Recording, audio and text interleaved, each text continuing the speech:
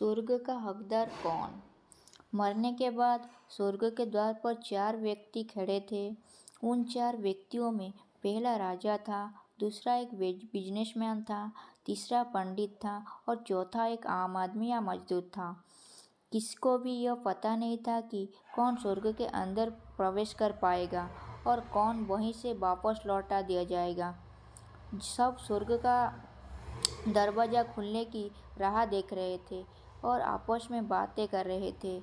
जैसे कि राजा को मरने से पहले से ही आदत थी, उसने अपनी बात सबसे पहले बताई। राजा ने कहा, मैं बहुत प्रख्यात राजा हूँ। मैंने धरती पर अपना बहुत नाम कमाया है, इसलिए पूरी संभावना है कि मैं ही स्वर्ग में जाऊँगा। फिर व्यापारी ने अपना बात सामने रखी। वह बोला, मैंने धरती पर खूब धन कमाया और उस धन में मैंने सैकड़ों लोगों की मदद की, इसलिए मैं ही स्वर्ग का हकदार हूँ। अब बारी थी पंडित की, तो पंडित ने मुंह खोला और सबको यह कहा, चाहे तुम जो भी सोच लो, लेकिन यह बात तो तय है कि स्वर्ग के दरवाजे खुलेंगे तो सिर्फ मेरे ही लिए। सब जानते हैं कि पंडित दिन रात भगवान को याद करते हैं, इसलिए स्वाभाविक है कि स्वर्ग में पंडित का स्वागत किया जाए। जब सबने अपना अपना पक्ष रख लिया, तब सबकी नज़र उस मजदूर पर थी, जो चुपचाप अपनी नज़रें नीचे झुकाए बिना कुछ बोले वहीं पर खड़ा था। स्वर्ग का दरवाज़ा खुला और वहाँ पर एक देवदूत आकर खड़ा हो गया। देवदूत के हाथों में एक पुस्तक थी, जिसमें इन सभी के कर्मों के बारे में लिखा हुआ था। देवदूत ने सबसे पहले राजा को अपने पास बुलाया और उसको पूछा, तुम बताओ, तुमने अपने जीवन में क्या क्या अच्छे कर्म किए हैं? मैं उन्हें इस पुस्तक में देखकर फैसला करूँगा कि तुम्हें अंदर आने देना है या नहीं। राजा ने कहा, मेरा राज्य जितना बड़ा था उतना ही समृद्ध था और मेरे राज्य के सभी लोग खुशहाल में थे। सभी बड़े आनंद से रहते थे। मैंने उन्हें कभी भी किसी भी चीज़ की कमी नहीं होने दी। यह मेरी अच्छे कर्म है। देवदूत ने अपने पुस्तक में देखा और देखने के बाद राजा से कहा, तुम सच बोलते हो। तुमने अपने राज्य की प्रजा को बहुत सुखी रखा था, लेकिन तुमने अपने राज्य की सीमा बढ़ाने के लिए जितने युद्ध किए थे, उन युद्ध की वजह से हजारों सैनिक ने अपने जान गंवा दी थी। उन हजारों सैनिकों के परिवार के दुख का कारण तुम बने थे, इसलिए तुम स्वर्ग में नहीं आ सकते। अब बारी थी व्यापारी की। व्यापारी से अब देवदूत ने पूछा कि तुम्हारे अच्छे कर्म क्या है? तो व्यापारी ने उससे कहा, मैंने सैकड़ों लोगों को खाना खिलाया है, कई आश्रमों में दान दिया है, कई निराश्रय लोगों के लिए घर बना कर दिया है। यह मेरे अच्छे कर्म है।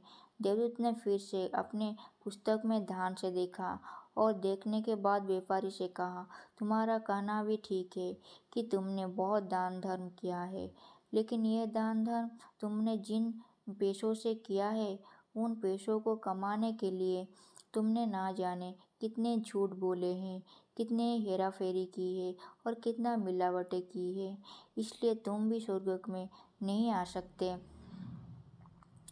जब पंडित से यह सवाल किया गया, तो पंडित ने बड़े ही आत्मविश्वास के साथ कहा, मैंने अगणित लोगों की ज्ञान दिया है, हजारों यज्ञ किया है और पूजा की है और दिन रात भगवान का जाप किया है। इससे अच्छा कर्म और क्या ही हो सकते हैं। देवदूत ने अपनी पुस्तक के अंदर झांककर देखा और पंडित से कहा, अपने जितने भी लोगों को जो भी ज्ञान दिया है, उन बातों पर खुद कभी अमल नहीं किया। अपने यज्ञ, पूजा या भगवान का नाम निस्वार्थ भाव से कभी नहीं लिया, इसलिए आप भी स्वर्ग में आना प्रतिबंधित है। मजदूर यह सब देखकर हैरान था।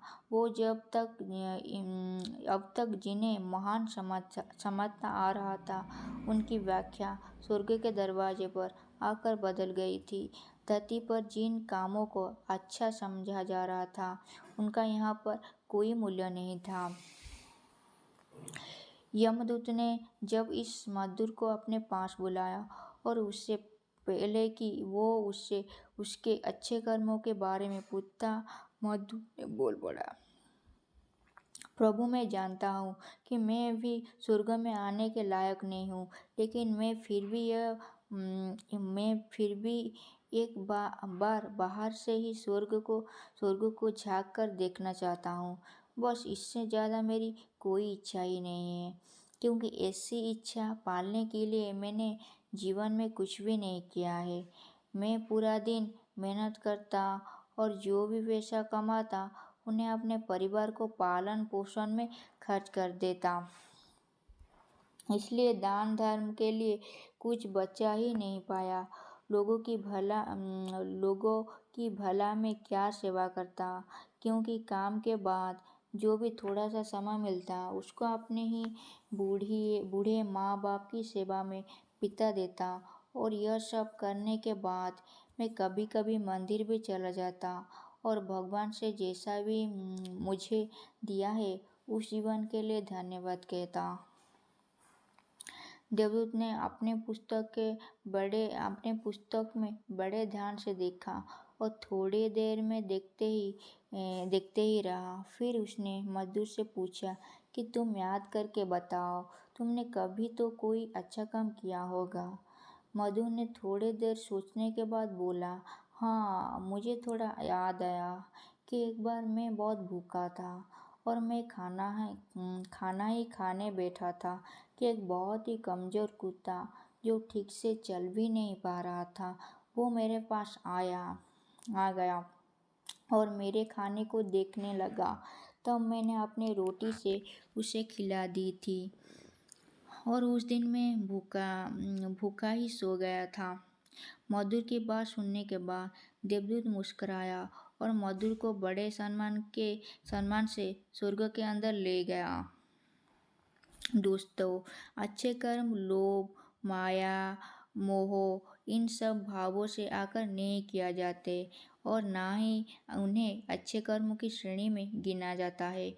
निस्वार्थ भाव से किया गया एक ही अच्छा कर्म भी आपको जीवन के सारे पाप धोने की शक्ति रखता है।